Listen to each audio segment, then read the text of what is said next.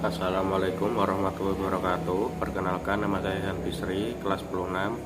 Saya akan membahas tentang masa Orde Baru dan Reformasi. 1. Orde Baru. Masa Orde Baru adalah suatu tatanan pemerintahan baru yang berupaya untuk menerapkan Pancasila dan Undang-Undang Dasar 1945 secara murni dan konsekuen.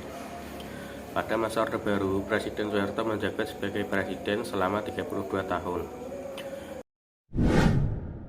Kebijakan politik dalam negeri yang diambil oleh pemerintahan Orde Baru adalah pembubaran Partai Komunis Indonesia, pelarangan ajaran komunisme, di mana terdapat pada TAP MPRS nomor 25 tahun 1966, pembentukan Kabinet Pembangunan, dan pelaksanaan pemilu selama 6 kali.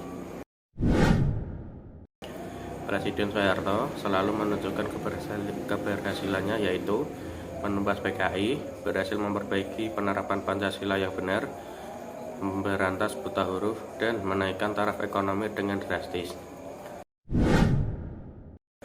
Di dalam masa Orde Baru ada juga kegagalannya, yaitu banyak terjadi korupsi, kolusi, dan nepotisme. Banyak terjadi kesenjangan sosial, kecemburuan sosial antar daerah dan penduduk. Runtuhnya masa Orde Baru karena terjadi krisis multidimensional, bukan hanya krisis ekonomi, tapi juga krisis politik. 2. Masa Reformasi tahun 1998 sampai sekarang. Masa reformasi adalah sebuah upaya untuk memperbaiki kehidupan Indonesia. Reformasi dimulai dengan ditunjuknya Presiden B.J. Habibie pada tanggal 21 Mei tahun 1998. Presiden Soeharto menyatakan berhenti sebagai Presiden Indonesia, digantikan oleh B.J. Habibie, dan lahirlah Orde Reformasi. Kebijakan yang dilakukan Presiden B.J. Habibie dalam bidang politik adalah pembentukan TAPOL, tahanan politik, dan NAPOL, narapidana politik, pembentukan Kabinet Reformasi Pembangunan, upaya mempercepat pemilu pada tahun 1999, dan TAP MPR nomor 8 tahun 1998 tentang amandemen Undang-Undang Dasar 1945, TAP MPR nomor 13 tahun 1998 tentang pembatasan masa jabatan presiden dan wakilnya maksimal berperiode atau 10 tahun. TAP MPR nomor 18 tahun 1998 tentang Pancasila tidak lagi menjadi satu-satunya asas Indonesia, dan referendum terhadap Timor Timur.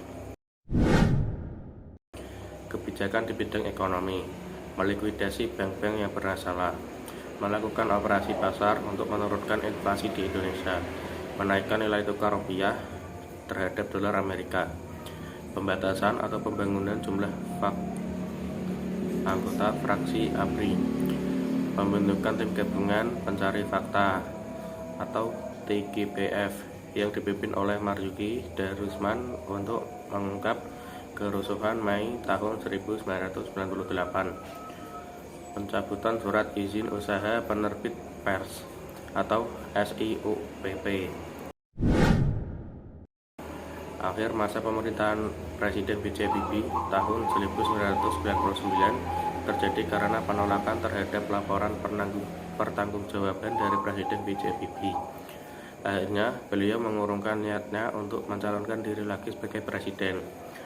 Pengganti Presiden B.J. Habibie adalah Abdul Rahman Wahid, yaitu Gus Dur, dan wakilnya Megawati Soekarno Putri.